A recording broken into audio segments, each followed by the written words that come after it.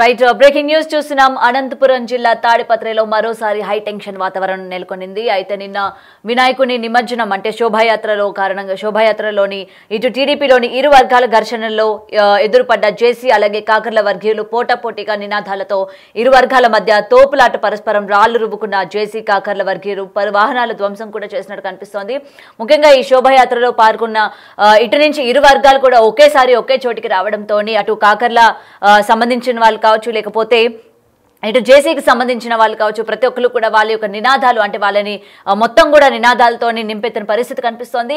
ఈ ఘర్షణలోని అంటే ఇరు వర్గాలు కూడా నువ్వెంతంటే నువ్వెంత, మా వాళ్ళు గొప్ప అంటే మా వాళ్ళు గొప్ప అని జరిగిన ఈ నినాదాలు ఏవైతే ఉన్నాయో దీనిలోని ఒక్కసారిగా అక్కడ హై టెన్షన్ వాతావరణం నెలకొనింది. ఇప్పటికీ దీనికి సంబంధించిన విజువల్స్ బిగ్ టీవీ స్క్రీన్ పైన ఎక్స్క్లూజివ్ గా కూడా చూడొచ్చు.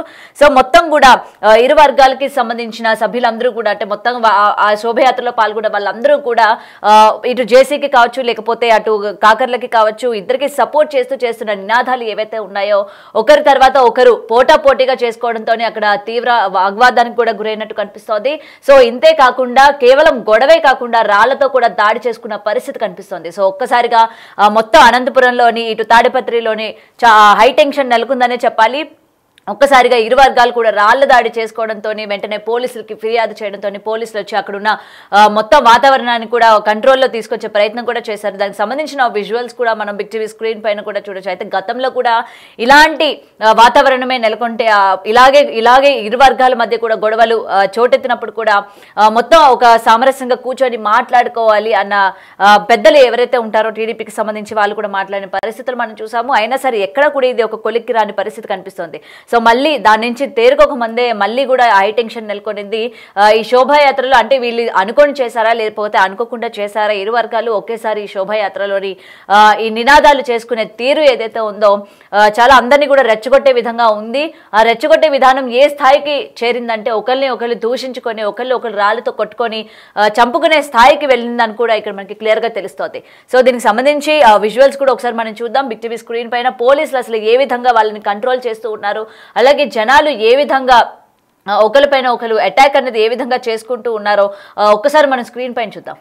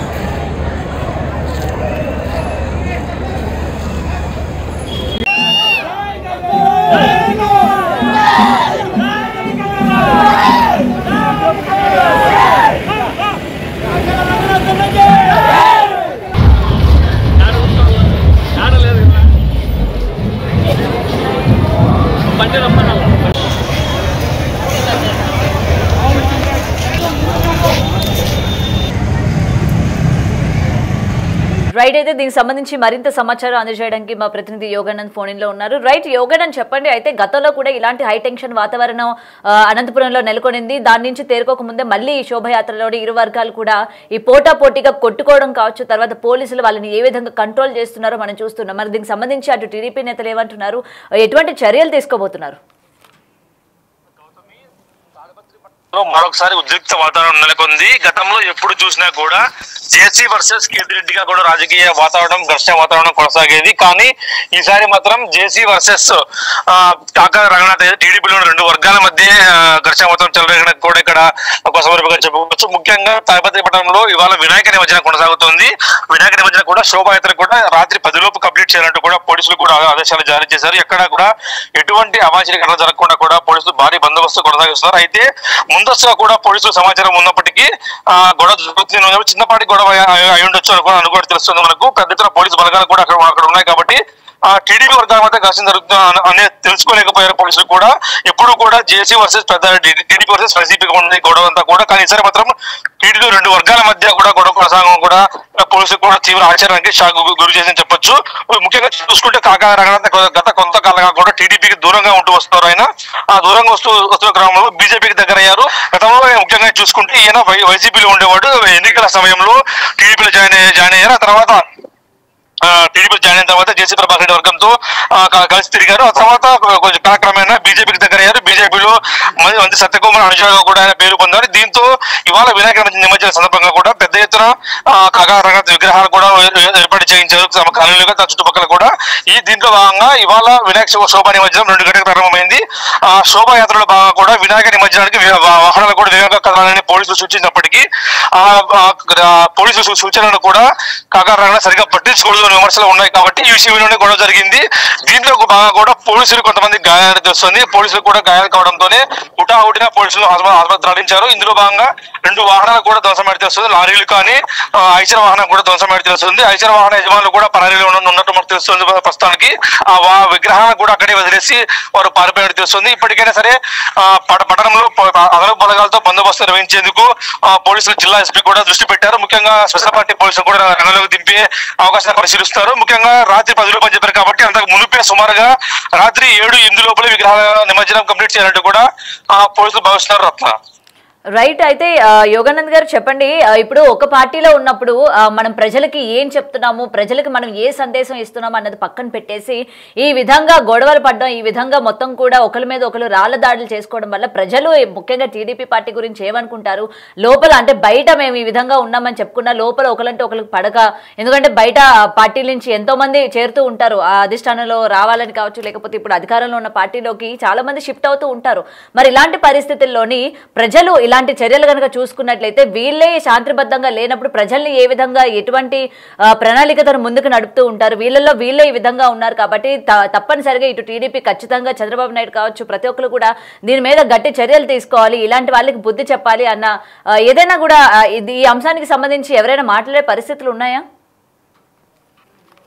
ముఖ్యంగా చూసుకుంటే తాడిపత్రి పట్టణంలో మనం ఎప్పుడు చూసుకున్నా గౌతమి, వాస్తవానికి టీడీపీ వర్సెస్ వైసీపీ, జేసీ వర్సెస్ కేసీఆర్ కూడా రాజకీయం కొనసాగుతూ ఉండేది. గతంలో కూడా అనేక మార్లు మనము న్యూస్ రిప్రజెంట్ చేసాము. ఆ తర్వాత అనేక మార్లు లైవ్ కూడా ఇచ్చాము మనము తాడిపత్రి పట్టణానికి వెళ్ళి కూడా. ఎప్పుడు గొడవ జరిగినా కూడా జేసీ వర్సెస్ కేసీఆర్ గానే రాజకీయం కొనసాగుతుండేది. కానీ ఈ అయితే పరిణామం ఉందో ఆ పరిణామం ఎవరు ఊహించలేదు. ఎందుకంటే టీడీపీ రెండు వర్గాలు గొడవ పడతాయి అని ఆలోచన కూడా ఎవరికి రాదు. ఎందుకంటే డామినేట్ గా ఉంటది కాబట్టి మరొక వ్యక్తి చేసి ఎదిరించే వ్యక్తి కేతిరెడ్డి తరపు మరి ఎవరు లేరనే ఉద్దేశంలో ఉంటారు కాబట్టి పోలీసులు కూడా అది దిశగా కూడా పోలీసులు ఆలోచించలేదు. కానీ ఒకసారిగా ఇవాళ కాకాల రంగనాథ్ విగ్రహం అయితే నిమజ్జనం కొంచెం ముందు జరపండి, కొంచెం వేగంగా పోనివ్వండి చెప్పిన మాటకే గొడవ పెట్టుకోవట్టు కూడా మనకు ప్రస్తుతానికి అయితే సమాచారం అవుతుంది. ముందు ఇంకా ఏమైనా జరగకుండా కూడా పోలీసులు అన్ని జాగ్రత్తలు తీసుకుంటున్నారు. దీనిపై టీడీపీ అధిష్టానం కూడా దృష్టి సారించాల్సిన అవసరం ఉంది. ఎందుకంటే టీడీపీలో 2 వర్గాలు అంటున్నారు కాబట్టి ఆ టీడీపీ కాకా రంగనాథ్ గతంలో వైసీపీలో ఉండేవాడు, ఇంకా భావజాలం ఏమైనా ఉందా లేదంటే టీడీపీకి పూర్తిగా దూరంగా ఉన్నా అన్నది కూడా మనకు ప్రస్తుతానికి తెలియాల్సి ఉంది. ఎప్పుడు కూడా ఆయన అధికారం ఏ పార్టీలో ఉంటే ఆ పార్టీకి వెళ్తుంటాడు అన్న ఆరోపణలు కూడా రంగనాథ్పై ఉన్నాయి కాబట్టి ఇప్పుడు ఆయన టీడీపీలో ఉన్నారా లేదంటే బీజేపీ పక్షాన చేరారనేది కూడా మనకు తెలియాల్సి ఉంది. ప్రస్తుతానికి టీడీపీకి దూరంగా ఉన్నాడని తెలుసు కాబట్టి. కానీ ఈ గొడవ ఇంతసార్లు జరుగుతుందని కూడా ఎవరు ఊహించలేదు. ఇప్పటికైనా పోలీసులు కానీ టీడీపీ అధిష్టానం కూడా ఇరువురితో మాట్లాడి ఆ పరిస్థితి సద్దుమణిగించే ఆలోచనలో ఉన్నట్టు కూడా తెలుస్తుంది.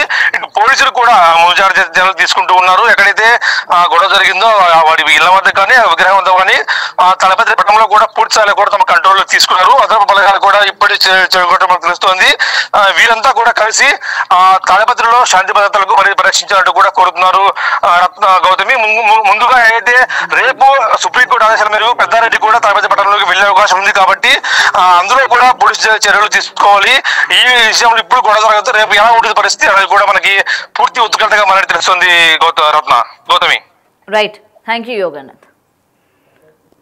రైట్, బ్రేకింగ్ చూస్తున్నాం. అనంతపురం తాడిపత్రిలో మరోసారి హై టెన్షన్ వాతావరణం నెలకొనింది. అయితే నిన్న గణపతి శోభాయాత్రలోని ఇరు వర్గాల మధ్య కూడా నడిచిన ఈ ఘర్షణ ఏదైతే ఉందో దానికి సంబంధించిన విజువల్స్ మనం బిగ్ టీవీ స్క్రీన్ పైన ఎక్స్క్లూజివ్ గా కూడా చూడొచ్చు.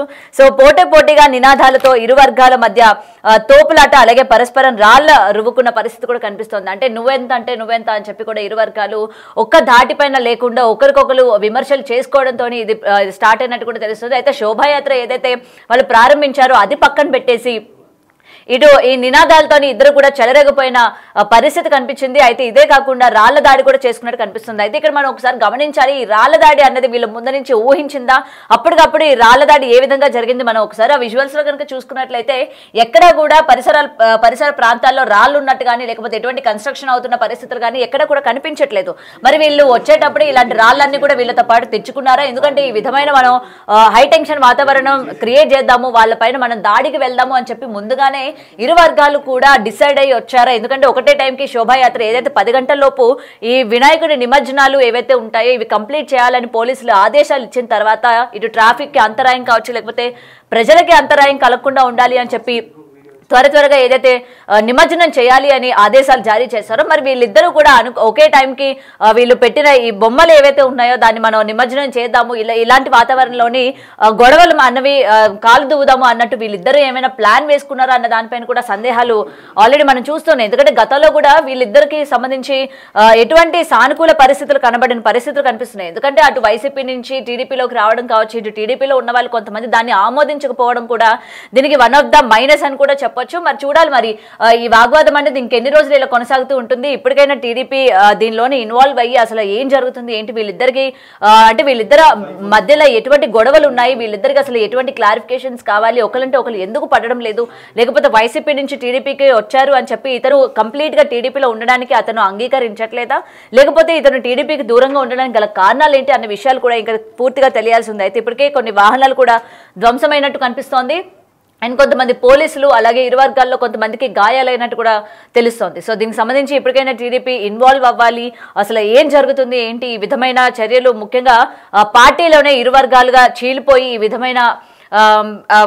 ఈ విధమైన వాతావరణాన్ని అన్నది క్రియేట్ చేస్తూ ఉంటే రేపొద్దున ప్రజలు ప్రశ్నించేటప్పుడు వీళ్ళు ఎటువంటి సమాధానాలని ఎదుర్కోవాల్సి వస్తుంది అన్నది కూడా శ్రద్ధలో పెట్టుకోవాల్సిన పరిస్థితి ఎంతైనా ఉంది.